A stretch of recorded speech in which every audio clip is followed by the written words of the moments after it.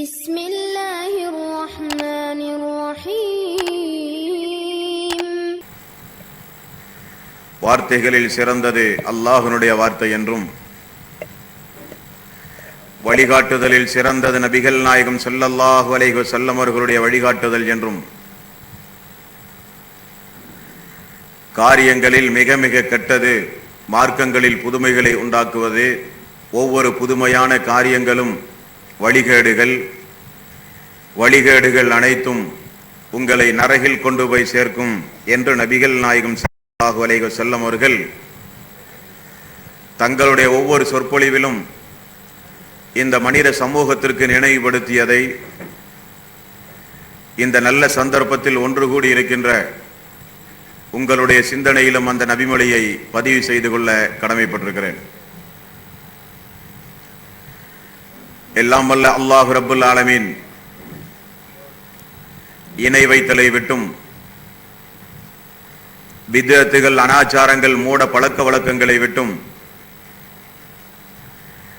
அமல்களை அழித்து நாசமாக்கக்கூடிய அனைத்து காரண காரியங்களை விட்டும்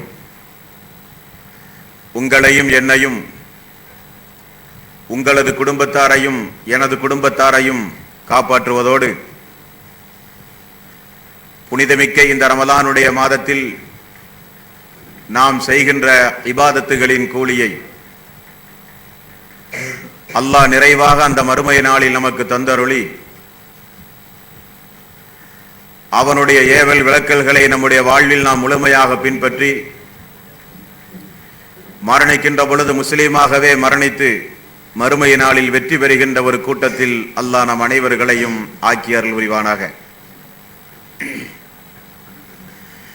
அன்பிற்கும் பாசத்திற்கும் உரிய தாய்மார்களே, பெரியோர்களே, சிறப்புமிக்க இந்த ரமலானுடைய மாதத்தில் நிழல் இல்லாத, அல்லாஹ்வுடைய நிழல் மட்டுமே இருக்கக்கூடிய அந்த அரிசனுடைய நிழலில் அந்த மறுமை நாளில் யாரெல்லாம் அதற்கு தகுதியானவர்கள் என்பதை தொடர்ந்து நாம் ஒவ்வொரு தினங்களாக பார்த்து வருகிறோம். நபிகள் நாயகம் ஸல்லல்லாஹு அலைஹி வஸல்லம் அவர்கள் கூறினார்கள், சபஅத்துன் யுதில்லுஹுமுல்லாஹு ஃபீ லில்லிஹி யௌம லா லில்ல இல்லா லில்லுஹு. அல்லாஹ்வுடைய நிழலை தவிர வேறு நிழல் இல்லாத அந்த மறுமை நாளில் அல்லாஹ் தன்னுடைய நிழலை 7 நபர்களுக்கு அவன் வழங்குகிறான். அதில் முதல் சாரார் அல் இமாமுல் ஆதில், நீதியை நிலைநாட்டும் தலைவர். வஸாபுன் நஸா ஃபி இபாதத்தி ரப்பி, அல்லாஹ்வுடைய வணக்க வழிபாட்டில் ஊறிய இளைஞர் இரண்டாவது மனிதர். வரஜுலுன் கல்புஹு முஅல்லகுன் ஃபில் மசாஜித், அல்லாஹ்வுடைய பள்ளியோடு தன்னுடைய உள்ளத்தை அதிகம் தொடர்பு வைத்துக் கொண்ட மனிதர் மூன்றாவது சாரார். வரஜுலானி தஹாபா ஃபில்லாஹி இஜ்தமஆ அலைஹி வ தஃபர்ரகா அலைஹி, அல்லாஹ்வுக்காக வேண்டியே இணைந்து அல்லாஹ்வுக்காக வேண்டியே பிரிகின்ற நண்பர்கள் நான்காவது சாரார். வரஜுலுன் தலப்துஹு இம்ரஅத்துன் ذات منصب وجمال فقال اني اخاف الله, உயர்குலத்து அழகான ஒரு பெண் விபச்சாரத்திற்காக வேண்டி உங்களை அழைக்கும் பொழுது நான் அல்லாஹுவை அஞ்சுகிறேன் என்று ஒதுங்குகிறாரே அந்த மனிதர் ஐந்தாவது மனிதர். ஆறாவதாக இன்றைய தினம் நாம் பார்க்கவிருக்கிறது, வரஜுலுன் தஸத்தக அஹ்ஃபா ஹத்தா லா தஅமல ஷிமாலுஹு மா துன்ஃபிகு யமீனுஹு. அல்லாஹ்வுடைய பாதையில் ஒருவர் தர்மம் செய்வார். அவர் எப்படிப்பட்ட தர்மசாலியாக இருப்பார் என்றால், வலதுகரம் கொடுக்கின்ற அந்த தர்மம் இடதுகரத்திற்கு தெரியாத அளவுக்கு மிக ரகசியமாக தர்மம் செய்கிறவர் அந்த ஆறாவது சாரார் என்று நபிகள் நாயகம் ஸல்லல்லாஹு அலைஹி வஸல்லம் அவர்கள் கூறுகிறார். அன்பிற்கும் பாசத்திற்கும் உரிய சகோதர சகோதரிகளே, பொதுவாகவே ஐங்கால தொழுகையை பொறுத்தவரையில் நேரம் ஒதுக்க வேண்டும் என்கிற ஒரு தியாகத்தை தவிர வேறு எந்த தியாகமும் அந்த தொழுகையில் இல்லை. ஆகவே பெரும்பான்மையான மக்கள் அந்த தொழுகையுடைய விஷயத்தில் ஓரளவுக்கு நிறைவேற்றக்கூடியவர்களாக இருப்பார்கள். அதே போன்று நோன்பு அதிகாலை பொழுதிலிருந்து மகரிப் வரை உண்ணாமல் பருகாமல் உணர்வுகளை கட்டுப்படுத்தி இருக்கிற ஒரு தியாகம். இதையும் பெரும்பான்மையான இஸ்லாமிய சமூகம் செய்வதில் ஆச்சரியப்படுவதற்கு ஒன்றுமில்லை. ஆனால் பொருளாதாரத்தை செலவு செய்து செய்கிற இபாதத்துகள் இருக்கின்றதே, அது குறித்து நாம் சரியான ஒரு ஆய்வு செய்வோமேயானால் பெரும்பான்மையான மக்கள் தோற்று போகிற ஒரு இபாதத் பொருளாதாரத்தை கொண்டு செலவு செய்கிற ஒரு இபாதத். அது ஹஜ்ஜானாலும் ஜக்காத்தானாலும் தர்மமானாலும் அல்லாஹ்வினுடைய பாதையில் செலவு செய்கிற இன்ன பிற காரண காரியங்களானாலும். ஏன் அது நமக்கு ஒரு சிரமமாக தெரிகிறது என்றால், பணத்தை பொறுத்தவரையிலே நாம் சிரமப்பட்டு சம்பாதிக்கக்கூடிய ஒன்று. அது நம்முடைய எதிர்காலத்திற்கு அடிப்படையாக தேவைப்படுகிற ஒரு உபகரணமான ஒரு காரியம். நம்முடைய மனைவி, நம்முடைய மக்கள், நம்முடைய குடும்பம், நம்முடைய சந்ததிகள் என்று எதிர்காலத்தில் நமக்கு தேவையான அடிப்படையான ஒரு அம்சம்தான் பொருளாதாரம் என்பது. அப்படிப்பட்ட ஒரு பொருளாதாரம் என்னிடத்திலோ உங்களிடத்திலோ வந்து விடுமேயானால் அந்த பொருளாதாரத்தை செலவழிப்பது என்பது நமக்கு மிகப்பெரிய ஒரு கடினமான ஒரு காரியமாக இருக்கிறது. உதாரணத்திற்கு நம்முடைய வாழ்விலே நிகழ்கின்ற எத்தனையோ உதாரணங்களை இதற்கு மேற்கோளாக கூறலாம். ஒருபுறம் நாம் கஷ்டப்பட்டு சம்பாதிக்கின்ற அந்த பொருளாதாரங்கள் அனைத்தையும் நாம் எப்படி பயன்படுத்துகிறோம் என்பதை நீங்கள் நினைத்து பார்த்தால் இதன் யதார்த்த உண்மையை நீங்கள் புரிந்து கொள்ள முடியும். நம்முடைய மனைவிக்கோ, நம்முடைய மக்களுக்கோ, நம்முடைய குடும்பத்திற்கோ அல்லது நமக்கோ உலகத்தில் ஏதாவது ஒரு காரியம் நிகழ வேண்டும் அல்லது தேவை என்று வரும் பொழுது அதற்காக வேண்டி நாம் ஓடி ஓடி வாரி வாரி இழைத்து செலவு செய்வோம். அப்பொழுதெல்லாம் பணத்தின் மதிப்பு நமக்கு தெரியாது. அப்படி செலவு செய்ய வேண்டும் தான். அதே நேரத்தில் அல்லாஹ்வினுடைய பாதையில் செலவு செய்தல் என்று வரும் பொழுது அந்த பொருளாதாரத்தை பெரிதாக நினைக்கின்றோம். அதை கொடுப்பதற்கு மனம் தயங்குகிறது. இப்படியே வாரி வாரி கொடுத்தால் நாம் ஏழையாகி விடுவோமோ என்கிற ஒரு அச்சம் ஏற்படுகிறது. அதே நேரத்தில் திருமணம் என்பது எனது வழிமுறை என்று நபிகள் நாயகம் ஸல்லல்லாஹு அலைஹி வஸல்லம் அவர்கள் கூறினார்கள். அந்த ஒரு சுன்னத்தை நிறைவேற்றுவதற்காக வேண்டி பல லட்சம் செலவு செய்கிற அன்பர்களை நாம் பார்க்கிறோமா இல்லையா? ஊரை அழைத்து விருந்து போடுவது, அந்த திருமணத்திற்கு நிகராக வேறு திருமணமே இல்லை என்று ஊரார் மெச்சுகிற அளவுக்கு செலவு செய்வது, ஒரு 2 தலைமுறை அமர்ந்து உண்கிற அளவுக்குண்டான செலவினங்களை கூட திருமண நேரத்தில் செய்கிறவர்களை நாம் பார்க்கிறோம். அதில் ஏதாவது பயன் உண்டுமா? இல்லை. நம்முடைய பணபலத்தை காண்பிக்க, நம்முடைய குடும்ப பாரம்பரியத்தை காண்பிக்க, ஒரு பெருமைக்காக வேண்டி, ஒரு புகழுக்காக வேண்டி நாம் வாரி வாரி வாரி வாரி செலவு செய்கிறோம். அப்பொழுதெல்லாம் பணத்தினுடைய மதிப்பும் மரியாதையும் நமக்கு தெரிவதில்லை. ஜுமாவுடைய நாளிலோ இது போன்ற நிகழ்ச்சிகளிலோ வந்து அமர்ந்து அல்லாஹ்வுக்காக வேண்டி ஏதாவது உதவி செய்யுங்கள் என்று சொன்ன உடனே நம்முடைய பாக்கெட்டில் இருக்கிற பணத்தை எடுக்க நாம் தயங்குகிறோம். அது 100 ரூபாயாக இருந்தால் ஒரு 10 ரூபாய் 5 ரூபாய் இல்லையா என்று யோசிக்கின்றோம். இந்த வகையான வித்தியாசத்திற்கு என்ன காரணம் சகோதரிகளே? நீங்கள் என்றைக்காவது அது குறித்து ஆய்வு செய்திருக்கிறீர்களா? ஒன்றுமே இல்லை. இதைவிட சாதாரண எளிமையான ஒரு உதாரணம் சொல்கிறேன். ரோட்டிலே நான் நடந்து செல்கிறேன், அல்லது நீங்கள் உங்களுடைய நண்பர்களோடு நடந்து செல்கிறீர்கள், அல்லது நீங்கள் தனியாக செல்கிறீர்கள். உங்களுடைய நண்பர்கள் ஒரு 3 பேர் ஹோட்டலுக்கு அருகிலே நின்று கொண்டிருந்தால் டீ அருந்துவதும், தேவைப்பட்டால் உணவுக்குண்டான ஏற்பாடு செய்து உணவு அருந்துவதும் நம்முடைய வாழ்விலே வாடிக்கையான ஒன்று. நண்பர்களோடு சேர்ந்து அந்த நேரத்தில் நம்முடைய மனோபாவத்தை நீங்கள் சீர்தூக்கி பார்க்க வேண்டும். உணவருந்துகிற 4 பேரும் வசதி படைத்தவர்கள். உணவு அருந்துவதற்கு சென்ற நம்முடைய தோழர்கள், நானும் நீங்களும் எல்லோரும் வசதி படைத்தவர்கள். ஆனால் ஒரு 300 ரூபாய் 400 ரூபாய் உணவறிந்து விட்டு கொடுக்கிற பில்லுக்கு போட்டி. நீ கொடுப்பதா நான் கொடுப்பதா? நான் கொடுக்கிறேன், நீ கொடுக்கிறேன். அங்கே பார்த்தீர்களா? பணத்தின் மதிப்பு நமக்கு தெரிவதில்லை. அதே நேரத்தில் பாருங்கள், வீட்டினுடைய முற்றத்தில் பசிக்கிறது என்று ஒரு யாசகம் கேட்டு ஒரு மனிதன் இருக்கிறான். பள்ளிக்கு வருகிறான் கிழிந்த ஆடையோடு. அவனுடைய பசியை போக்குவதற்கு நாம் முயற்சி எடுத்திருக்கிறோமா என்றால் இல்லை, சில்லறை இல்லை என்று அவனை நாம் ஒதுக்கி தள்ளிவிடுகிறோம். கொடுப்பதற்கு வசதியுள்ள நண்பர்களிடத்திலே நாம் உணவு உண்ணும் பொழுது போட்டி போட்டுக் கொண்டு கொடுக்கிறோம், நீ கொடுப்பதா நான் கொடுப்பதா என்று. உண்பதற்கு வசதியே இல்லாத ஒரு மனிதன் நம்ம இடத்திலே கேட்க வரும் பொழுது சில்லறை இல்லை என்று ஒதுக்கி விடுகிறோம். என்ன வித்தியாசம் தெரிகிறது அன்பார்ந்த சகோதரர்களே உங்களுக்கு? நபிகள் நாயகம் ஸல்லல்லாஹு அலைஹி வஸல்லம் அவர்கள் கூறினார்கள், ஒவ்வொரு மனிதனுக்கும் அல்லாஹ் ஒரு வானவரையும் ஒரு சைத்தானையும் ஏற்பாடு செய்து வைத்திருக்கிறானாம். வானவரை பொறுத்தவரையிலே நன்மையான காரியத்தை அதிகம் அதிகம் செய்யுங்கள் என்று நம்மை தூண்டுவார். எதற்கும் நீங்கள் அஞ்சாதீர்கள், உங்களுக்கு அல்லாஹ் மறுமையில் சொர்க்கம் தருவார் என்று ஆர்வம் ஊட்டுவார். சைத்தானை பொறுத்தவரையிலே நமக்கு பயத்தை உண்டாக்குவான், அது அவனுடைய வாடிக்கை. தீமையான காரியத்தை அதிகம் அதிகம் செய்ய தூண்டுவான், அது அவனுடைய யதார்த்தம்.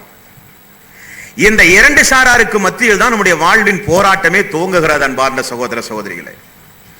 நபிகள் நாயகம் ஸல்லல்லாஹு அலைஹி வஸல்லம் அவர்கள் தொடர்ந்து அந்த நபிமொழியிலே கூறுகிறார்கள், நன்மையான காரியத்தை செய்ய தூண்டுகின்ற உள்ளம் உங்களுக்கு ஏற்பட்டால், உடைய உள்ளத்தில் அப்படிப்பட்ட சிந்தனை ஏற்பட்டால் உடனே செய்து விடுங்கள். காரணம், அது வானவர்களின் மூலம் தூண்டப்படுகிற ஒரு உணர்வு. அந்த நேரத்தில் அல்லாஹுவை புகழுங்கள். பயத்தையோ தீமையோ உங்களுடைய உள்ளத்தில் சைத்தான் தூண்டினால் அவனிடமிருந்து பாதுகாப்பு தேடுங்கள். காரணம், அது சைத்தானுடைய உணர்வு. நபிகள் நாயகம் ஸல்லல்லாஹு அலைஹி வஸல்லம் அவர்கள் சொன்னார்கள். இது யதார்த்தம். வீட்டிலே இருக்கிற, வீட்டின் முற்றத்தில் இருக்கிற ஒரு வாகனம், பல நாள் ஓட்டிய ஒரு வாகனம், புதிதாக பத்திரிகையிலே ஒரு புதிய ஒரு வாகனத்தை பார்த்தா சட்டனப்பை வாகனத்தை மாற்றி விடுகிறோம் பல லட்சம் ரூபாய் கொடுத்து. அல்லாஹ்வுடைய பள்ளிக்கோ மருத்துவ உதவிக்கோ அல்லாஹ்வுடைய பாதையிலோ செலவு கேட்கும் பொழுது, செலவு செய்யுங்கள் என்று சொல்லும் பொழுது நம்முடைய உள்ளம் கடுமையாகிறது, கஞ்சத்தனம் மிளறுகிறது, நம்முடைய உள்ளம் சுருங்கி விடுகிறது, கொடுக்க மனது தயங்குகிறது. என்ன காரணம்? அதையும் தாண்டி அல்லாஹ்வுடைய பாதையில் வாரி வாரி கொடுக்கின்ற ஒரு சில பாராட்டத்தக்க மனிதர்கள் இருக்கிறார்கள். அல்லாஹ் அவர்களுக்கு வாரி வாரி இன்னும் கொடுக்க வேண்டும், அவர்களுக்கு நாம் துஆ செய்ய வேண்டும். அவர்களுக்குரிய வகுப்பல்ல இந்த வகுப்பு. தன்னுடைய கையை இருக்க பற்றி பிடித்து தன்னுடைய பொருளாதாரத்தை தன்னுடைய குடும்பத்தோடு மட்டுமே வட்டமிட்டுக் கொண்டு அண்டை வீட்டுக்காரனுக்கோ ஏழை எளிய மக்களுக்கோ அல்லாஹ்வுடைய பாதையிலோ செலவு செய்யாத மனிதர்களை தூண்டுகின்ற வகுப்பு தான் இந்த வகுப்பு.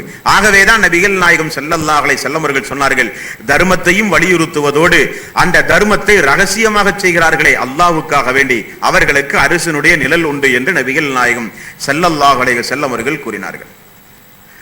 அல்லாஹ் அவனுடைய அருள்மறையாம் திருமறை குர்ஆனில் இந்த பொருளாதாரம் குறித்து அல்லாஹ்வுடைய பாதையில் நீங்கள் அதிகம் அதிகம் செலவு செய்ய வேண்டும் என்கிற ஒரு ஆர்வத்தை தூண்டும் விதமாக அல்லாஹ் எத்துணை எத்துணை ஆயத்துக்களை அவனுடைய அருள்மறையாம் திருமறை குர்ஆனிலே நமக்கு சொல்லித் தருகிறான். பாருங்கள், 2வது அத்தியாயம் 254வது வசனம். யா அய்யுஹல்லதீன ஆமனு, ஈமான் கொண்டவர்களே, அன்ஃபிகு மிம்மா ரஸக்னாக்கும் மின் கப்லி அன் யஅதிய யௌமுல் லா பைஉன் ஃபீஹி வலா ஹுல்லத்துன் வலா ஸஃபாஅத்துன். பரிந்துரையோ எந்த ஒரு பேரமோ நட்புறவோ உங்களுக்கு எந்த பலனும் அளிக்காத அந்த மறுமை நாள் வருவதற்கு முன்னால் அல்லாஹ் உங்களுக்கு வழங்கினானே அந்த பொருளாதாரத்திலிருந்து நீங்கள் தான தர்மம் செய்யுங்கள். மரணம் உங்களுக்கு சம்பவிப்பதற்கு முன்னால். ஏன் அல்லாஹ் சொல்கிறான்? فقال ربي لولا اخرتني الى اجل قريب فاصدق واكن من الصالحين. 63வது அத்தியாயத்தின் 10வது வசனம். மரண சம்பவம் நெருங்கினால், தர்மம் சிந்தனையே இல்லாமல் உலகத்தில் வாழ்ந்தானே ஒரு செல்வந்தன், அவனுக்கு மரணம் நெருங்கினால் அல்லாஹ்விடத்தில் என்ன அவகாசம் கேட்கிறான் தெரியுமா? ஃபயகூல ரப்பி லௌலா அخرتني الى اجل قريب فاصدق واكن من الصالحين. யா அல்லாஹ், எனக்கு சிறிது அவகாசம் தா யா அல்லாஹ், எனக்கு நீ சிறிது அவகாசம் தா யா அல்லாஹ், என்னை மரணத்திலே பிடித்து விடாதே யா அல்லாஹ், எனக்கு நீ சிறிது அவகாசம் தந்தால் என்னுடைய சொத்து சுகம் அனைத்தையும் உன்னுடைய பாதையிலே செலவு செய்து முஸ்லீமாக மரணிப்பேன் யா அல்லாஹ், எனக்கு சிறிது அவகாசம் தா என்று மரண நேரத்தில் தர்மம் செய்ய மனிதன் அவகாசம் கேட்கிறான். நன்றி இல்லாத மனிதன். வல் அஸ்ரி இன்னல் இன்சான லஃபீ ஹுஸ்ர். காலத்தின் மீது சத்தியமாக மனிதன் நஷ்டத்திலே கிடக்கிறான் என்று அல்லாஹ் ஏன் சொல்கிறான்? உயிரோடு இருக்கும் பொழுது, ஆரோக்கியமாக இருக்கும் பொழுது, சிந்தனை திறனோடு இருக்கும் பொழுது, இது போன்ற உபதேச கூட்டங்களிலே இது போன்ற ஆயத்துகள் சொல்லப்படும் பொழுது தன்னை திருத்திக் கொள்வதற்கு பகரமாக பொடும்போக்காக இருந்து மரண நேரம் வந்தவுடனே தாய்மார்கள் புலம்புகிறார்கள், இளைஞர்கள் புலம்புகிறார்கள், செல்வந்தர்கள் புலம்புகிறார்கள். யா அல்லாஹ், சிறிது அவகாசம் தந்தால் என்னுடைய கழுத்தில் இருப்பது, என்னுடைய காலிலே இருப்பது, என்னுடைய கையிலே இருக்கின்ற எல்லா செல்வங்களையும் உன்னுடைய பாதையிலே செலவு செய்கிறேன். யா அல்லாஹ், எனக்கு எந்த நன்மையும் இல்லாமல் போய்விடுமே யா அல்லாஹ், நான் முஸ்லீமாக மரணிக்க எனக்கு வாய்ப்பு தா யா அல்லாஹ் என்று அல்லாஹ்விடத்திலே மரண நேரத்தில் நீங்கள் புலம்புவீர்கள். ஆகவேதான் அல்லாஹ் சொல்கிறான், பரிந்துரையோ நட்புறவோ சிபாரிசோ எடுபடாத அந்த மறுமை நாள் வருமே, அதற்கு முன்னால் அல்லாஹ் உங்களுக்கு வழங்கிய தர்மத்திலே இருந்து, நீங்கள் அல்லாஹ்வுடைய உங்களுக்கு வழங்கிய பொருளாதாரத்திலே இருந்து அல்லாஹ்வுடைய பாதையில் வாரி வாரி நீங்கள் செலவு செய்யுங்கள் என்று அல்லாஹ் சொல்கிறான். அன்பார்ந்த சகோதரர்களே, நீங்கள் ஒரு விஷயத்தை சாதாரணமாக நினைத்து பார்க்க வேண்டும். உங்களுடைய கையில இருக்கிற பொருளாதாரம் யாருக்குரியது? நீங்கள் முயற்சி எடுத்தீர்கள் என்பது மட்டும்தான். சொந்தம் கொண்டாடுவதற்கு நீங்கள் அதிகப்படியாக பேசலாமே தவிர பொருளாதாரம் அல்லாஹ்வுடையது. நான் முயற்சி எடுத்தேன், என்னுடைய அறிவின் திறமையால் தான் இது கிடைத்தது என்று யாரும் மாறுதட்டி பேச முடியாது. காரணம், உங்களை விட அறிவில் குறைந்து ஒன்றும் ஒன்றும் இரண்டு என்று கணக்கு போடாத நபர்களிடத்திலெல்லாம் கோடி ரூபாய் இன்றைக்கு இருக்கிறது. அவர்களுக்கு வியாபார திறமையே தெரியாது.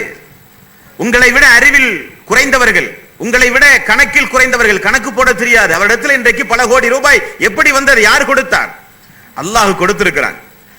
ஒரு நாளைக்கு நீங்களும் உங்களுடைய மனைவியும் உங்களுடைய மக்களும் ஒரு நாளைக்கு 200 ரூபாய் உங்களுக்கு தேவை, அதிகபட்சம் 300 ரூபாய், மாதத்திற்கு 9000 ரூபாய். ஆனால் அல்லாஹ் உங்களுக்கு தருவதோ ஒரு நாளைக்கு 5000 ரூபாய், வருடத்திற்கு மாசத்திற்கு 1.5 லட்சம் ரூபாய் அல்லாஹ் தருகிறான். அல்லாஹுக்கு என்ன கணக்கு தெரியாதா? ஏன் அல்லாஹ் இப்படி உங்களுக்கு தருகிறான்? உங்களுடைய தேவைக்கு அதிகமாக. என்றைக்காவது நீங்கள் யோசித்து பார்த்தீர்களா? ஆனா நம்முடைய தேவை இதுதான். நம்முடைய தேவையும் தாண்டி அல்லாஹ் ரப்பல் ஆலமீன் தினந்தோறும் வாடிக்கையாளர்களை கொண்டு வந்து நாமே எதிர்பார்க்காத வகையில் அளவுக்கு அதிகமான சொத்து நம்மிடத்திலே குவிகிறது என்றால் எதற்காக வேண்டி என்று நீங்கள் யோசித்து பார்த்தால் அல்லாஹ் உங்களை சோதிக்கிறான். அல்லாஹ் உங்களை சோதிக்கின்றான். உங்களுடைய தேவைக்கு அதிகமாக பொருளாதாரத்தை உங்களுடைய கையிலே தந்து உங்களுடைய நடவடிக்கை எப்படி இருக்கிறது என்று அல்லாஹ் பார்க்கிறான். அண்டை வீட்டுக்காரனுக்கு உபகாரம் செய்கிறீர்களா? குடும்பத்தில் இருக்கிற ஏழை எளியவர்களுக்கு வாரி வாரி கொடுக்கின்றீர்களா? அவனுடைய பாதை என்று வரும் பொழுது உங்களுடைய நடவடிக்கை எப்படி இருக்கிறது என்று அல்லாஹ் பரிசோதனை செய்து பார்க்கத்தான் அந்த பொருளாதாரத்தை அல்லாஹ்வுடைய கையிலே தந்திருக்கிறான். வருடத்திற்கு ஒரு முறை கணக்கு பார்த்து நீங்கள் ஜக்காத்து கொடுக்கின்றீர்களா என்று அல்லாஹ் பார்க்கிறான். உண்மைதான் சகோதரர்களே, நான் சம்பாதித்த என்னுடைய பொருளாதாரத்தை ஜக்காத்தாகட்டும் தர்மமாகட்டும் ஏழை எளியவர்களுக்கு வாரி வாரி வழங்குகிற காரண காரியங்களாகட்டும், அப்படி ஒரு நிலை வரும் பொழுது நான் தயங்குகிறேன். ஆனால் உண்மையில் நம்முடைய இருதயத்தையே அறுத்து கொடுப்பதற்கு சமம் அந்த சமம். நம்முடைய இருதயத்தையே அறுத்து கொடுப்பதற்கு சமம். நபிகள் நாயகம் ஸல்லல்லாஹு அலைஹி வஸல்லம் அவர்கள் ஒரு கட்டத்திலே சொல்கிறார், 100 தீனாரை காட்டிலும் 1 தீனார் அதிக நன்மையை உங்களுக்கு பெற்று தரும். சஹாபாக்கள் கேட்டார்கள், யா ரசூலல்லாஹ், அது எப்படி? 100 தீனார் நன்மை தான தர்மம் செய்திருக்கிறார், அவரை காட்டிலும் 1 தீனார் எப்படி நன்மையை அதிகமடையும்? உண்டு.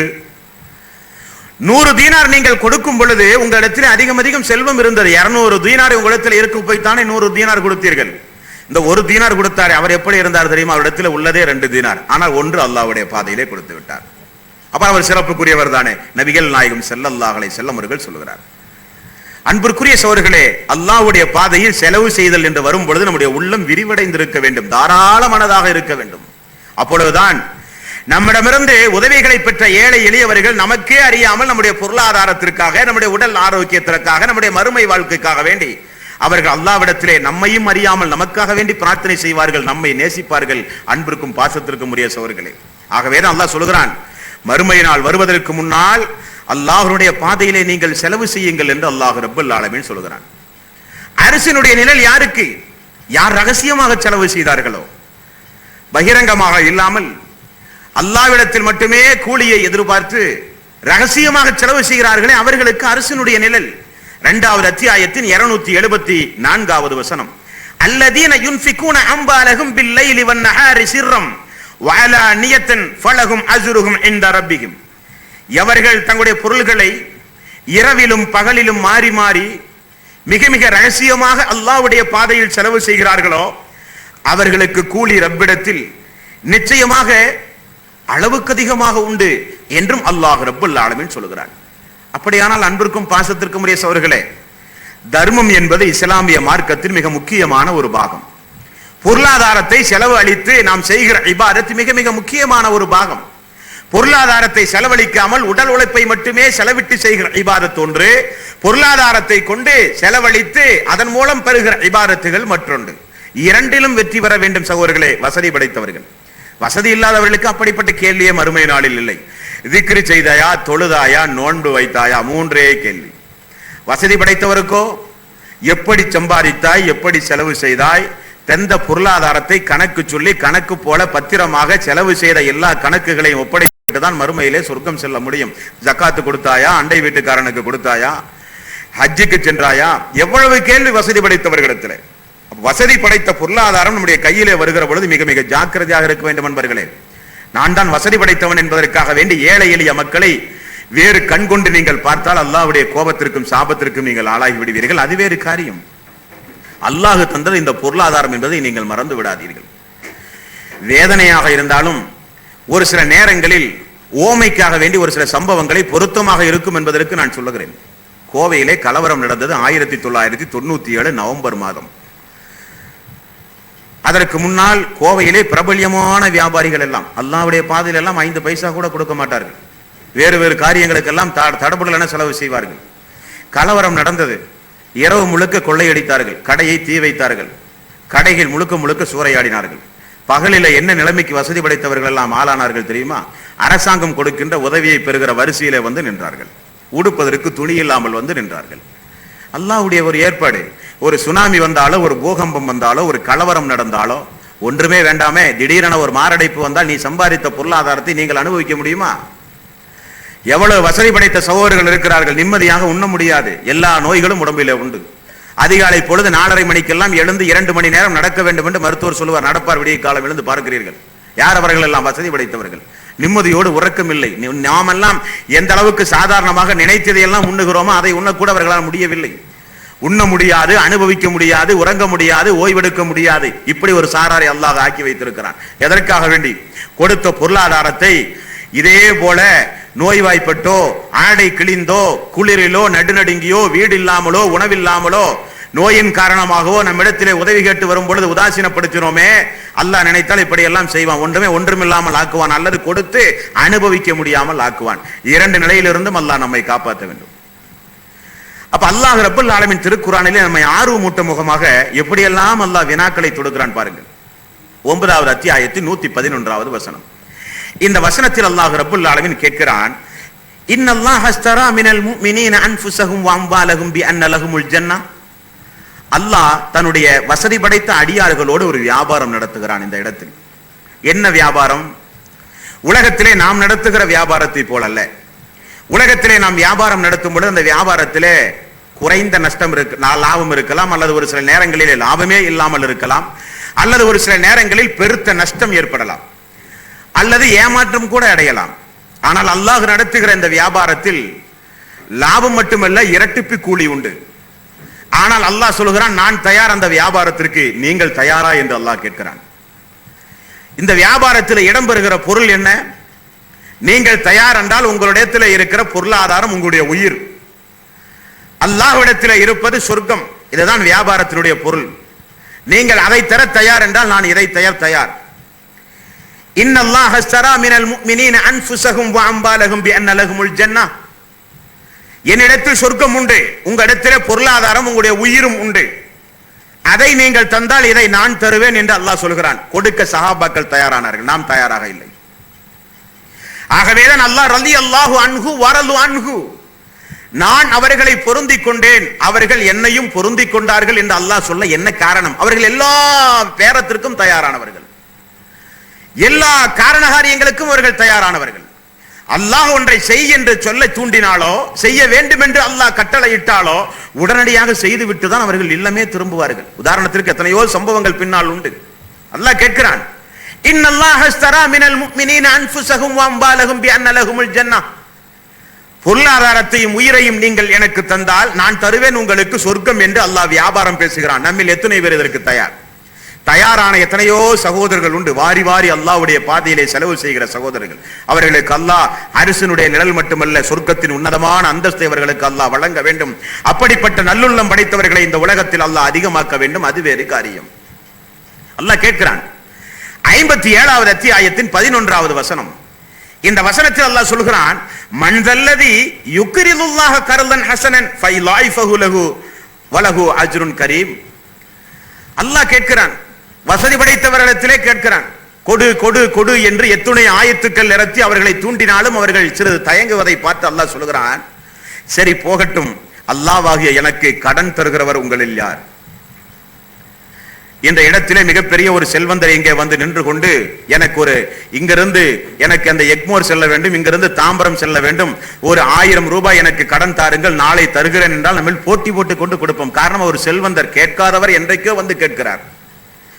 ஆனால் ஏழையும் அல்லாத, அநியாயக்காரனும் அல்லாத, பணக்காரனும் அல்லாத, நடுத்தரமாக இருக்கக்கூடிய உலக மக்களுக்கெல்லாம் வாரி வாரி செல்வத்தை தருகின்ற அல்லாஹ் கேட்கிறான், மன்தல்லதி யுக்ரிதுல்லாஹ கர்தன் ஹஸனன் ஃபைலாயிஃபஹு லஹு வலஹு அஜ்ருன் கரீம். அல்லாஹ்வாகிய எனக்கு கடன் தருகிறவர் உங்களில் யார்? அல்லாஹ் என்ன சும்மாவா கடன் கேட்கிறார்? நாமெல்லாம் யார்ட்டையாவது கடன் வாங்கினா திரும்ப கொடுக்கவே மறந்து விடுவோம். கடன் கேட்கும் பொழுது ஒரு 10 முறை 15 முறை, தேவைப்பட்டால் 50 முறை வேண்டுமானால் வீடு தேடி செல்வோம். வாங்கினால் வாங்கியதை போலவே நடக்க மாட்டோம் அல்லவா?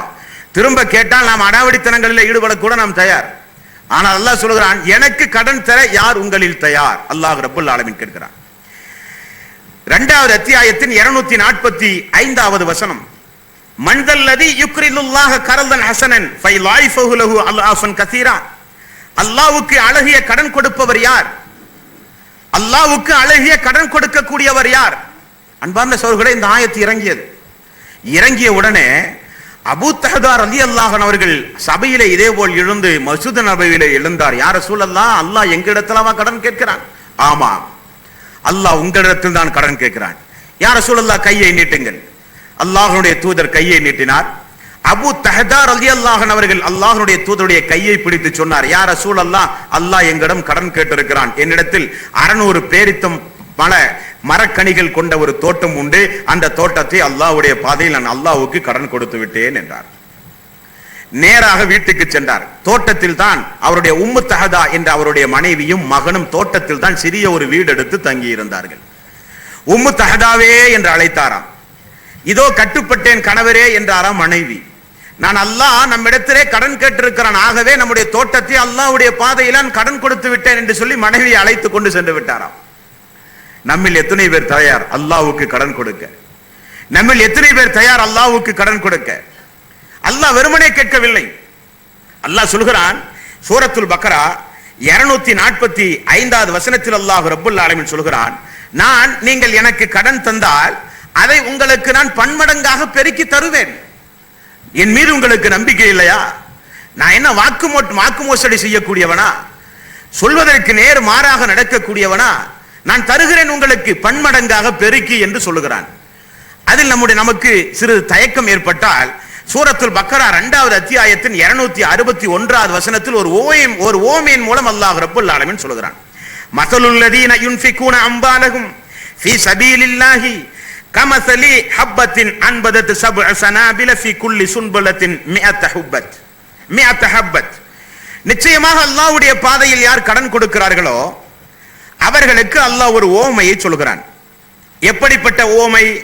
ஒரு விவசாயி நிலத்தில் வித்தை பதிக்கின்றதற்கு ஓமையாக சொல்கிறான். ஒரு 7 வித்தை ஒரு விவசாயி விதைக்கின்றார். ஒவ்வொரு வித்திலும் 7 கதிர்கள். 7 கதிர் கொண்ட அந்த வித்தில் ஒவ்வொரு கதிரிலும் 100 தானியங்கள். இப்படி 700 மடங்காக 100 ரூபாய் கொடுத்தால் உங்களுக்கு 700 ரூபாய் தருகிறேன் என்கிறான் அல்லாஹ். போதாதா? ஒரு உதாரணம் சொல்லி அல்லாஹ் ரப்புல் ஆலமீன் சொல்கிறான், உங்களுக்கு நான் 700 ரூபாய் தருகிறேன், 100 ரூபாய் எனக்கு அல்லாஹ்வுடைய பாதையில தாருங்கள் என்று அல்லாஹ் ரப்புல் ஆலமீன் கேட்கிறான். இந்த ஆயத்து இறங்கிய உடனே நபிகள் நாயகம் ஸல்லல்லாஹு அலைஹி வஸல்லம் அவர்கள் சொன்னார்கள், யா அல்லாஹ், என்னுடைய உம்மத் உன்னுடைய பாதையிலே தர்மம் செய்தால் இன்னும் அதிகமாக அவர்களுக்கு கொடியா அல்லாஹ். உடனே ரசூல் ஸல்லல்லாஹு அலைஹி வஸல்லம் அவர்கள் ஒரு துஆ செய்தார்கள். அல்லாஹ் சட்டன ஒரு ஆயத்தை இறக்கினான். 2வது அத்தியாயத்தின் 245வது வசனம். மன்தல்லதி யுக்ரிலுல்லாஹ கர்லன் ஹஸனன் ஃபைலாயிஃபஹு லஹு அல்லாஃபன் கதீரா வல்லாஹு யக்பிலு வயப்சுத்து வயிலைஹி துர்ஜவுன். 700 அல்ல, அல்லாஹ் பன்மடங்காக இதோ உங்களுக்கு தருகிறான் என்று 2வது ஒரு ஆயத்து இறங்கியது. நபிகள் நாயகம் ஸல்லல்லாஹு அலைஹி வஸல்லம் அவர்கள் மீண்டும் பிரார்த்தனை செய்தார், யா அல்லாஹ் இன்னும் என்னுடைய உம்மத்திற்கு நீ அதிகம் கொடியா அல்லாஹ். 39வது அத்தியாயத்தின் 10வது வசனத்தை அல்லாஹ் இறக்கினான். இன்னமா யுஃபஸ் சாபிரூன அஜ்ரஹும் பிகைரி ஹிசாப். இதற்கு பிறகும் யார் பொறுமையோடு இருந்த அந்த சதக்காவில் ஈடுபட்டால் அவர்களுக்கு கணக்கின்றி கூலி கொடுக்கப்படும், கணக்கின்றி கூலி கொடுக்கப்படும். அப்படியாகினும் எனக்கு கடன் தருகிறவர்கள் யார்? அல்லாஹ் கேட்கிறான் வசதி படைத்தவர்களை பார்த்து. அல்லாஹ் கடன் கேட்கிறான் என்றால் என்ன பொருள்? நீங்கள் எல்லாம் தெரிந்த ஒரு நபிமொழிதான். மறுமை நாளில் வசதி படைத்தவர்களை எல்லாம் நிறுத்தி வைத்து அல்லாஹ் கேட்பானாம், ஒவ்வொரு செல்வந்தனை அழைத்து அழைத்து கேட்பானாம், கஞ்சத்தனமாக கருமித்தனமாக தன்னுடைய பொருளாதாரத்தை யாருக்கும் செலவு செய்யாத செல்வந்தனை அழைத்து அல்லாஹ் கேட்பானாம், அன்றொரு நாள் உனக்கு ஞாபகம் உண்டா?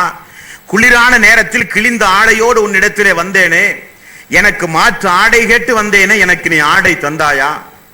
குளிரிலிருந்து என்னை பாதுகாத்துக் கொள்ள எனக்கு ஒரு போர்வை தந்தாயா என்று அல்லாஹ் கேட்பானாம். செல்வந்தன் கேட்பானாம், யா அல்லாஹ் நீ தான் தேவையற்றவன் ஆயிற்றே, நீ எப்பொழுது என்னிடத்திலே வந்து கேட்டாயா அல்லாஹ் என்று அந்த செல்வந்தன் கேட்பானாம். அல்லாஹ் சொல்வானாம், அன்றொரு நாள் என்னுடைய அடியான் வந்தானே என்று நடந்த சம்பவத்தை அல்லாஹ் நினைவுபடுத்துகிறான். ஆமாம் யா அல்லாஹ் வந்தான், அது அவனுக்கு நீ கொடுத்திருந்தால் அது எனக்கு கொடுத்ததற்கு சமம். அன்றொரு நாள் நான் பசியோடு வந்தேனே, இன்னொரு செல்வந்தனை அழைத்து அல்லாஹ் கேட்கிறான், நான் ஒரு நாள் பசியாய் துடியாய் துடித்து உன்னிடத்திலே வந்தேனே, சில்லறை இல்லை என்று என்னை நீ தட்டிவிட்டு சென்றாயே, ஞாபகம் உண்டுமா என்று அல்லாஹ் கேட்பானாம். யா அல்லாஹ் உனக்கு எப்பொழுது பசி வந்தது, எப்பொழுது வந்தா என்று அடியான் கேட்பானாம்.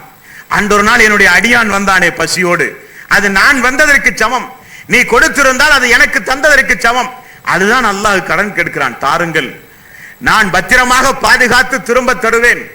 நபிகள் நாயகம் ஸல்லல்லாஹு அலைஹி வஸல்லம் அவர்கள் கூறுகிறார்கள், அல்லாஹ்வுடைய பாதையில் நீங்கள் ஒரு பொருளை செலவு செய்தால் அல்லாஹ் வழக்கரத்திலிருந்து அந்த உங்களுடைய பொருளாதாரத்தை பெற்றுக்கொண்டு அதை எப்படி கண்ணும் கருத்துமாக அல்லாஹ் அதை வளர்க்கிறான் என்றால், ஒரு குதிரை மேய்ப்பாளன் தனக்கு பிறந்த ஒரு குதிரைக்கு பிறந்த ஒரு குதிரை குட்டியை எப்படி கண்ணும் கருத்துமாக இருந்து ஒரு குதிரை மேய்ப்பாளன் வளர்த்து ஆளாக்குவானோ அதை விட பல மடங்கு அல்லாஹ் நீங்கள் அவனுடைய பாதையில் செலவு செய்யும் பொழுது உங்களுடைய பொருளாதாரத்தை அல்லாஹ் தனது வலதுகரத்தில் வாங்கி அதை பன்மடங்காக பெருக்கி குறிப்பிட்ட நேரத்தில் உங்களுக்கு அல்லாஹ் திரும்ப தருவான். இவ்வளவு ஆர்வம் ஊட்டியும் அல்லாஹ்வுடைய பாதையிலே செலவு செய்யவில்லை என்றால் நாமெல்லாம் நன்றி உள்ள சகோதர சகோதரிகளா? அன்பார்ந்த சகோதரர், நீங்கள் நினைத்து பாருங்கள், நாமெல்லாம் எப்படிப்பட்டவர்கள்? நாம் என்ன அந்த அளவுக்கு அல்லாஹ்வுடைய பொருளாதாரத்தை பெற்றுக்கொண்டு ஒரு கஞ்சத்தனமாக கரும்பித்தனமாக அந்த அளவுக்கு நாம் நடந்து என்ன சம்பாதிக்க போகிறோம்? என்ன பலனை அடைய போகிறோம்? மீண்டும் மீண்டும் போனால் 60 வயது 70 வயது என்ன செலவழித்து விட முடியும் உங்களால்? உலகத்தையே சுற்றி வாருங்களேன், தினம்போறும் சென்று செல்வங்களை எல்லாம் அளிக்க முடியுமா? அல்லாஹ் கொடுத்த செல்வங்களை எல்லாம் முடியாது. மிதமெஞ்சிய செல்வங்கள் இருக்கும். சட்டென உயிர் பறிக்கப்பட்டு இறந்து போய்விட்டாலோ, அகால மரணமோ இயற்கையான மரணமோ வந்து நீங்கள் மரணித்து போய்விட்டாலோ உங்களுடைய செல்வங்களை அனுபவிக்கிறவர்களாம் யார்? உங்களுடைய உங்களுடைய தலைமுறை. நீங்களும் அனுபவிக்கவில்லை, இறந்து போய்விட்டீர்கள். சம்பாதிக்கின்ற பொருளாதாரத்தை செலவு செய்யவும் இல்லை அல்லாஹ்வுடைய பாதையில். நீங்கள் அனுபவிக்காத, அல்லாஹ்வுடைய பாதையிலே செலவு செய்யாத உங்களுடைய தலைமுறை வந்து செலவு செய்ய போகிற பொருளாதாரத்திற்கு அல்லாஹ்வுடைய சன்னிதானத்தில் நீங்கள் பதில் சொல்ல வேண்டும். அல்லாஹ்வுடைய சன்னிதானத்தில் நீங்கள் பதில் சொல்ல வேண்டும். 3வது அத்தியாயத்தின் 92வது வசனம். எப்படிப்பட்ட பொருளாதாரத்தை அல்லாஹ்விடத்திலே நீங்கள் செலவு செய்ய வேண்டும் தெரியுமா? லன் தனாலுல் பிர்ர ஹத்தா துன்ஃபிகு மிம்மா துஹிப்புன். அல்லாஹ்வுடைய பாதையில் நீங்கள் செலவு செய்யும் பொழுது நீங்கள் எதை நேசிக்கின்றீர்களோ அதை அல்லாஹ்வுடைய பாதையிலே செலவு செய்யுங்கள் என்று அல்லாஹ் சொல்கிறான். அப்படிப்பட்ட தர்மயாளிகள் நம்முடைய சமூகத்தில் மிக மிக குறைவு. ஜும்மாவுடைய நேரத்தில் வாளியில பணம் போடுவார்கள், பார்த்திருக்கிறீர்களா? எங்குமே கொடுத்தா செல்லாத கிழிஞ்ச நோட்டை பள்ளியில் ஜோப்பில் போட்டு கொண்டு வருவார் நம்ம சகோதரர். அங்கே எல்லாத்துக்கு முன்னாடி 500 நோட்டு தூக்கி போடுவார். பார்த்தா 4 கிழிஞ்சிருக்கும், செல்லாது. அதை உன் மனைவிட்டு கொடுப்பீங்களா? உங்களுடைய மக்களுக்கு கொடுப்பீர்களா? உன்னுடைய நண்பர்களுக்கு கொடுப்பீர்களா? உலகத்தில் நீங்கள் அதை செலவு செய்ய முயற்சி செய்வீர்களா? இல்லை. அப்ப நமக்கே விரும்பாத, நமக்கு பிடிக்காத, சலித்து போன உணவு உண்பதற்கு அருவருக்கத்தக்க உணவுகளை எல்லாம் யாசகம் கேட்டு வருகிற மக்களுக்கு யாசகம் கொடுத்தால் அல்லாஹ் ஒற்றுக்கொள்வானா? அதற்கு தான் அல்லாஹ் சொல்கிறான், லன் தனாலுல் பிர்ர ஹத்தா துன்ஃபிகு மிம்மா துஹிப்புன். அல்லாஹ்வுடைய பாதையில் நீங்கள் செலவு செய்யும் பொழுது நீங்கள் எதை நேசித்து இந்த உலகத்தில் வாழுகிறீர்களோ, எதை நீங்கள் நேசிக்கின்றீர்களோ, உங்களுக்கு எது விருப்பமானதாக இருக்கிறதோ அதை அல்லாஹ்வுடைய பாதையில் நீங்கள் செலவு செய்யுங்கள் என்று அல்லாஹ் ரப்பல் ஆலமீன் சொல்கிறான். 3வது அத்தியாயத்தின் 134வது வசனம். இந்த ஒரு சிறப்பையும் சேர்த்து அல்லாஹ் ரப்பல் ஆலமீன் நல்லவர்களுக்கு சொல்கிறான். அதில் அல்லாஹ் சொல்கிறான், அல்லதீன யுன்ஃபிகூன ஃபீ ஸர்ராய் வல்லர்ராய். என்னுடைய நல்லடியார்கள் எப்படிப்பட்டவர்கள் தெரியுமா? அவர்கள் நன்மையான காரியத்திலும் சந்தோஷமான காலகட்டத்திலும் துக்ககரமான காலகட்டத்திலும் அல்லாஹ்வுடைய பாதையில் வாரி வாரி செலவு செய்வார்கள் அவர்கள் என்று அல்லாஹ் ரப்பல் ஆலமீன் அவர்களுடைய நிலையை குறித்து அல்லாஹ் ரப்பல் ஆலமீன் தெளிவுபடுத்துகிறான். நான் ஆரம்பத்தில் சொன்னதை போல அல்லாஹ்வுடைய பாதையில் செலவு செய்தல் என்று வரும் பொழுது நம்முடைய உள்ளம் எல்லாம் இறுகுகிறது. அதை நான் சுயமாக சொல்லவில்லை. சூரத்துல் பக்ரா 2வது அத்தியாயத்தின் 268வது வசனம். அப்படிப்பட்ட ஒரு நிலை ஒரு சாராருக்கு உண்டாகிறது என்று அல்லாஹ் ரப்பல் ஆலமீன் சொல்கிறான். அஸ்ஸைத்தானு யஈதுகுமுல் ஃபக்ர வ யஅமுருக்கும் பில் ஃபஹ்ஷா 2வது அத்தியாயத்தின் 268வது வசனம். அல்லாஹ்வுடைய பாதையில் நீங்கள் செலவு செய்யும் பொழுது உங்களுடைய உள்ளத்திலே சைத்தான் எப்படிப்பட்ட எண்ணத்தை ஏற்படுத்துகிறான் என்றால், நீங்கள் இப்படி வாரி வாரி செலவு செய்யாதீர்கள், நீங்கள் ஏழ்மையாகி விடுவீர்கள், ஃபுக்ராவாக மாறி விடுவீர்கள். ஆகவே செலவு செய்யாதீர்கள் என்று தடுத்து அந்த பொருளாதாரத்தை எப்படி செலவு செய்ய செய்கிறான்? ஹராமான, பாவமான, வீண் விரயமான, எந்த உபயோகமும் அற்ற அழிந்து போகிற உலக வாழ்க்கைக்கு செலவு செய்ய உங்களை தூண்டுகிறான். அல்லாஹ் ரப்பல் ஆலமீன் சொல்கிறான். யதார்த்த வாழ்வை படம் பிடித்து அல்லாஹ் ரப்பல் ஆலமீன் சொல்கிறான். அப்படியானால் அன்பிற்கும் பாசத்திற்கும் உரிய சகோதரர்களே, பொருளாதார விஷயத்தில் மிக மிக ஜாக்கிரதையாக நாம் ஒவ்வொருவரும் இருந்தாக வேண்டும் என்பதை நீங்கள் மறந்துவிடக் கூடாது. அல்லாஹ் அவனுடைய அருள்மறையாம் திருமறை குர்ஆனிலே சொல்கிறான். ஒவ்வொரு சாராரையும் பற்றி அல்லாஹ் ரப்பல் ஆலமீன் சொல்கிறான். இனி விதிவிலக்காக அல்லாஹ்வுடைய பாதையில் யாராவது செலவு செய்ய முன் வந்தால் அவர்கள் எப்படிப்பட்டவர்களாக இருக்க வேண்டும், எப்படிப்பட்ட வழிமுறையில் அவர்கள் செலவு செய்ய வேண்டும் என்பதை குறித்தும் அல்லாஹ் நமக்கு வகுப்பு நடத்தாமல் இல்லை. அல்லாஹ் அவனுடைய அருள்மறையாம் திருமறை குர்ஆனில் சொல்கிறான், இந்த உலகத்தில் ஒரு சாரார் உண்டு, அவர்கள் அல்லாஹ்வுடைய பாதையிலே செலவு செய்கிறார்கள். அப்படி செலவு செய்யும் பொழுது அவர்கள் எப்படிப்பட்ட நிலையில இருந்து அவர்கள் செலவு செய்கிறார்கள் என்பதை 2வது அத்தியாயத்தின் 264வது வசனத்தில் அல்லாஹ் ரப்பல் ஆலமீன் சொல்கிறான். பாருங்கள், அவர்கள் அல்லாஹ்வுடைய பாதையிலே செலவு செய்கிறார்கள். செலவு செய்யும் பொழுது பிறருக்கு காண்பிப்பதற்காக வேண்டியே அவர்கள் அந்த செலவை செய்கிறார்கள். அல்லாஹ் ரப்பல் ஆலமீன் சொல்கிறார். ஒரு பெருமைக்காக வேண்டி, பிறர் பார்த்து நம்மை புகழ வேண்டும் என்பதற்காக வேண்டி. நிறைய பேர் நீங்கள் பார்க்கலாம், இப்படி ஜும்மாவில் இப்படிப்பட்ட இடங்களிலோ ஜும்மாவிலோ நின்று அல்லாஹ்வுடைய பாதையிலே செலவு செய்யுங்கள் என்று சொன்னால் எழுந்து நின்று ஒரு 500 ரூபாய் என்னுடைய வகையில் எழுதி கொள்ளுங்கள் சபையில சொல்லிவிடுவார். 500 ரூபாய் அவரிடமிருந்து வாங்குவதற்கு குறைந்த ஒரு 1000 ரூபாய்க்காவது பெட்ரோல் அடிச்சுட்டு போகணும். கடைக்கு போனா சொல்லுவாரு, மறந்துட்டு வீட்டுல சரட்டு மாத்திட்டு வந்து பாரு, வீட்டுக்கு வாங்க பாரு, வீட்டுக்கு வந்தா சிச்ச கடைக்கு வந்திருக்கலாமான்னு பாரு, கடையில போனா இன்னைக்கு சனிக்கிழமை பேங்க் ஓப்பனிங் டே இல்லை, நான் திங்கக்கிழமை பார்க்கலான்னு பாரு, திங்கக்கிழமை போனா செக்கில் கையெழுத்து போட மறந்துட்டேனுமா, எப்போ வர்றது செவ்வாய்க்கிழமை வாணுமா, செவ்வாய்க்கிழமை போனா 10 நாள் தள்ளி அந்த செக்கை போடுவான். அந்த செக்கு வாவு சிதம்பரனார் செக்கா பாஸ் ஆகுதாண்டே தெரியாது. இப்படி அளக்களிக்கிறதுலேயே ஒரு சில பேருக்கு மிகுந்த ஒரு சந்தோஷம். அல்லாஹ்வுடைய பாதையில் கேட்கிறார்களே, அது அவன் அல்லவா கேட்கிறான், அவனுக்கு உரிமைப்பட்ட பணத்தை அல்லவா கேட்கிறார்கள். நாம் கொடுத்து விட வேண்டுமே, கொடுப்பதற்கு முன்னால் மரணித்து விட்டால் அல்லாஹ்வுடைய பாதையிலே பதில் சொல்ல வேண்டுமே, அல்லாஹ்விடத்திலே மறுமை நாளில் என்கிற அச்சம் கூட கிடையாது. பெருமைக்காக வேண்டி, பகட்டுக்காக வேண்டி அல்லாஹ்வுடைய பாதையில் செலவு செய்கிறவர்களும் உண்டு. அவர்களுக்கெல்லாம் எந்த கூலியும் கிடையாது. 2வது அத்தியாயத்தின் 272வது வசனம். அல்லாஹ்வுடைய பாதையில் நீங்கள் செலவு செய்யும் பொழுது நீங்கள் அதை அல்லாஹ்விடத்திலே நன்மையை எதிர்பார்த்து மட்டுமே நீங்கள் செலவு செய்யுங்கள். அல்லாஹ் ரப்பல் ஆலமீன் சொல்கிறான். 2வது அத்தியாயத்தின் 276வது வசனம். அல்லாஹ்வுடைய பாதையில் அப்படி நீங்கள் தர்மம் செய்தால் உங்களுக்கு செல்வம் பெருகுவது மட்டுமல்ல, உங்களுடைய பாவங்கள் எல்லாம் மன்னிக்கப்படும் என்றும் அல்லாஹ் ரப்பல் ஆலமீன் சொல்கிறான். அன்பிற்கும் பாசத்திற்கும் உரிய சகோதர சகோதரிகளே, சஹாபாக்குடைய மனநிலையை பாருங்கள். சஹாபாக்குடைய மனநிலையை பாருங்கள். நபிகள் நாயகம் ஸல்லல்லாஹு அலைஹி வஸல்லம் அவர்கள் இப்படி அல்லாஹ்வுடைய பாதையிலே தர்மம் செய்யுங்கள் என்றால் வசதி படைத்தவர்கள் எல்லாம் வாரி வாரி போட்டி போட்டு கொண்டு கொடுப்பார்களாம். ஏழை எளிய மக்கள் எல்லாம் அந்த சபையிலிருந்து எப்படி எழுந்து செல்வார்கள் தெரியுமா? அல்லாஹ் சொல்கிறான் 9வது அத்தியாயத்தின் 92வது வசனம். வல அலல்லதீன இதா மா அதௌக லிதஹமிலுஹும் குல்த லா அஜிது மா அஹமிலுக்கும் அலைஹி. அல்லாஹ்வுடைய அடியார்கள் ஒரு சாரார் இப்படிப்பட்டவர்களும் உண்டு. அல்லாஹ்வுடைய பாதையில் தர்மம் தாருங்கள் என்று கேட்கிற பொழுது வசதி படைத்தவர்கள் எல்லாம் கொடுப்பார்கள், வசதி இல்லாதவர்கள் எல்லாம் அழுது விட்டு சொல்லுவார்களாம், நம்மிடத்திலே அல்லாஹ் தரவில்லையே, தந்திருந்தால் நாமும் கொடுத்து இந்த நன்மையை பெற்றிருக்கலாமே என்று அழுதுவிட்டு செல்கிறார்களே, அவர்கள் மீது எந்த குற்றமும் இல்லை என்று அல்லாஹ் ரப்பல் ஆலமீன் ஆறுதல் சொல்கிறான். அன்பார்ந்த சகோதர சகோதரிகளே, அன்பிற்கும் பாசத்திற்கும் உரிய சகோதரர்களே, தினந்தோறும் 2 மலக்குமார்கள் ஒவ்வொரு அடியானிடத்திலும் இறங்குகிறார்களாம். நபிகள் நாயகம் ஸல்லல்லாஹு அலைஹி வஸல்லம் அவர்கள் கூறுகிறார்கள், இறங்குகிற அந்த மலக்கு யாரெல்லாம் கஞ்சத்தனமாக கருமித்தனமாக இந்த உலகத்திலே பொருளாதாரத்தை சேமித்து வைத்து தான தர்மம் செய்யாமல் ஜகாத்து கொடுக்காமல் ஹஜ்ஜுக்கு செல்லாமல் பொருளாதாரத்தை சேமித்து வைத்திருக்கிறார்களோ, அந்த கருமித்தனம் உடையவர்களை சந்தித்து அந்த மலக்குமார்கள் சொல்லுவார்களாம், யா அல்லாஹ், இவனை நீ நாசமாக்கு யா அல்லாஹ், இவனிடத்திலே நீ வழங்கிய பொருளாதாரம் அர்த்தமற்றதாக இருக்கிறது யா அல்லாஹ், இவன் யாருக்கும் ஒரு தர்மமும் செய்யாமல் இருக்கிறான் யா அல்லாஹ் என்று அந்த வசதி படைத்தவர்களுக்கு எதிராக தினந்தோறும் மலக்குமார்களுடைய சாபம் இருந்து கொண்டிருக்கிறது. அல்லாஹ்வுடைய பாதையில் வாரி வாரி செலவு செய்கிறார்களே, அவர்களிடத்தில் வருகிற மலக்கு அல்லாஹ்விடத்திலே பிரார்த்தனை செய்கிறார், யா அல்லாஹ், இந்த அடியாவுடைய செல்வத்தை மென்மேலும் நீ பெருக்கி ஆயுளை நீட்டி கொடு யா அல்லாஹ், உடல் ஆரோக்கியத்தை கொடு யா அல்லாஹ், இவர் உன்னுடைய அருளை பெற்று ஏழை எளியவர்களுக்கு உன்னுடைய பாதையில் வருகிற மக்களுக்கெல்லாம் வாரி வாரி கொடுக்கிறார் யா அல்லாஹ் என்று வசதி படைத்தவர்களுக்காக வேண்டி பிரார்த்தனை. வசதி படைத்தும் அல்லாஹ்வுடைய பாதையிலே செலவழிக்காத நபர்களுக்கு சாபம், செலவழிக்கிற நபர்களுக்கு அல்லாஹ்விடத்திலே பிரார்த்தனை என்று பார்க்கிறோம். நபிகள் நாயகம் ஸல்லல்லாஹு அலைஹி வஸல்லம் அவர்கள் சொன்னார்கள், 3 பேர்களோடு அல்லாஹ் மறுமை நாளில் பேசவே மாட்டான், பார்க்க மாட்டான், பரிசுத்தப்படுத்த மாட்டான், பாவங்களை தூய்மைப்படுத்தவே மாட்டான். யார் அவர்கள்? 1, தர்மத்தை சொல்லி காட்டுபவன், அல்லாஹ்வுடைய பாதையில் செலவழித்து அல்லாஹ்வுக்கு கடன் கொடுத்து அந்த கடனை சொல்லி காட்டுகிறவன். அல்லாஹ் விடுவானா? மனிதனுக்கு ஒரு உபகாரம் செய்தாலே சொல்லி காட்டாதே என்று அல்லாஹ் சொல்கிறான்.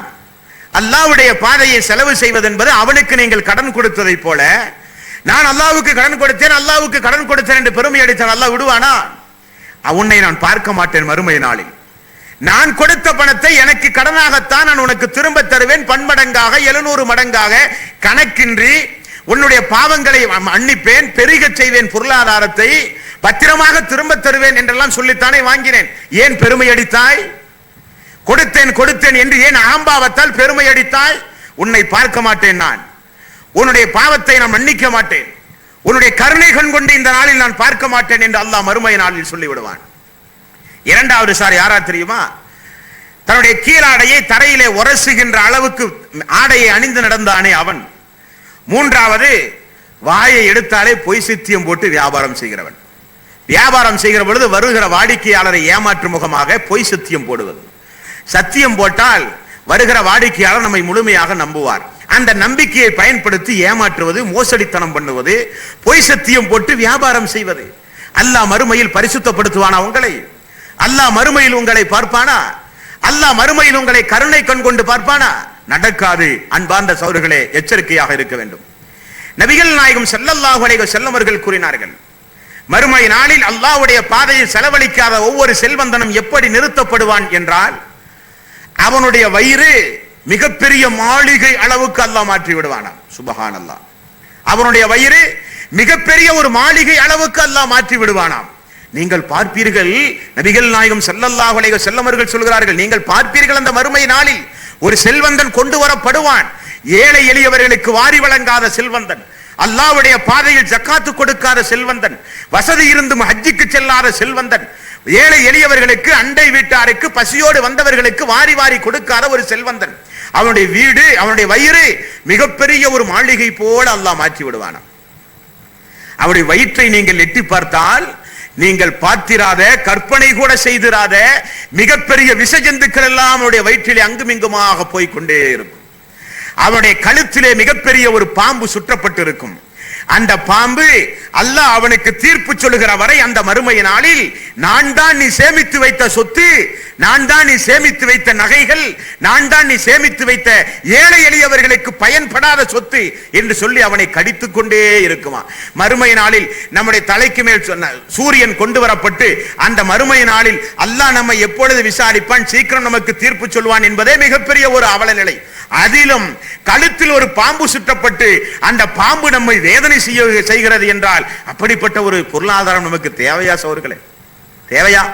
9வது அத்தியாயத்தின் 935வது வசனத்தில் அல்லாஹ் ரப்பல் ஆலமீன் சொல்கிறான், மறுமையில் தீர்ப்பு சொல்லி நரகத்திலே அவனை தள்ளுவதற்கு முன்பாக அந்த பரலோக ராஜ்யத்தில் அந்த மறுமை நாளில் லட்சோப லட்ச மக்கள், கோடான கோடி மக்கள் இருக்கிற அந்த சபையில் வசதி படைத்தவனை அல்லாஹ் இழுப்பானா, கொண்டு வர சொல்லுவானாம். கொண்டு வர சொல்லி அவனிடத்துல எல்லாம் அவனுடைய பொருளாதாரத்தை எல்லாம் கொண்டு வாங்க நம்பானா. நகையாக, பணமாக, வாகனமாக, வீடாக, சொத்தாக என்னென்னமெல்லாம் உலகத்திலே சேமித்து வைத்து எந்த உபகாரம் இல்லாமல் மரணித்து போனானோ அவருடைய சொத்துக்கள் எல்லாம் கொண்டு வரப்படும். நரக நெருப்பிலே போட்டு காட்சி எடுத்து வாருங்கள் என்று சொல்லப்படும். நரக நெருப்பிலே போட்டு காட்சி கொண்டு வருவார்கள்.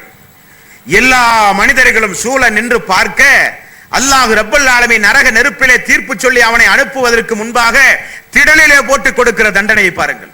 9வது அத்தியாயத்தின் 35வது வசனம்.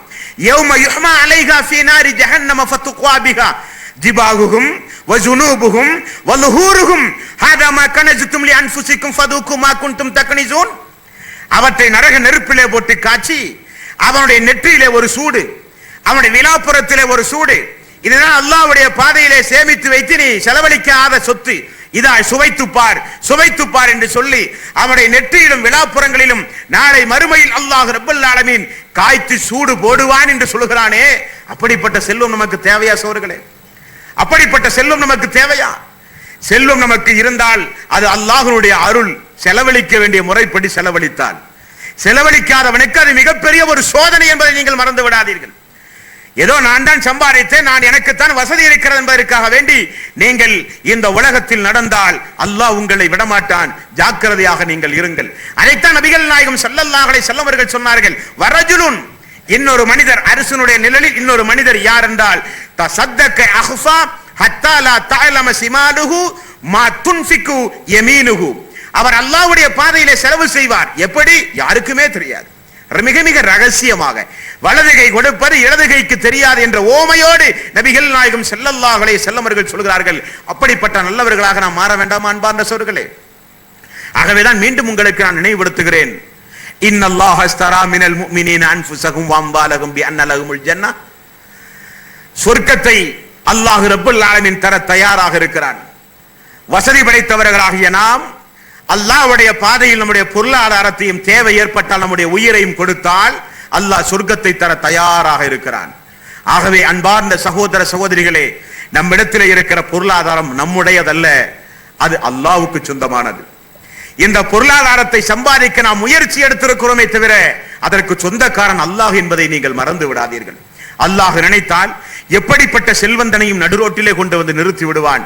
அல்லாஹ் நினைத்தால் எப்படிப்பட்ட ஏழை எளியவரையும் செல்வ சீமானாக அல்லாஹ் நினைத்தால் மாற்றி அமைப்பான் என்பதை மனதிலே கருத்தில் கொண்டு உங்களுடைய பொருளாதாரத்தை பரந்த நோக்கத்தோடு அல்லாஹ்வுக்காக வேண்டி, அல்லாஹ்வால் படைக்கப்பட்ட அடியார்களுக்காக வேண்டி வாரி வாரி செலவழித்து அரசினுடைய அந்த நிழலை பெற வேண்டுமென உங்கள் மத்தியிலே நின்று கேட்டுக்கொண்டு எனது உரையை நிறைவு செய்கின்றேன்.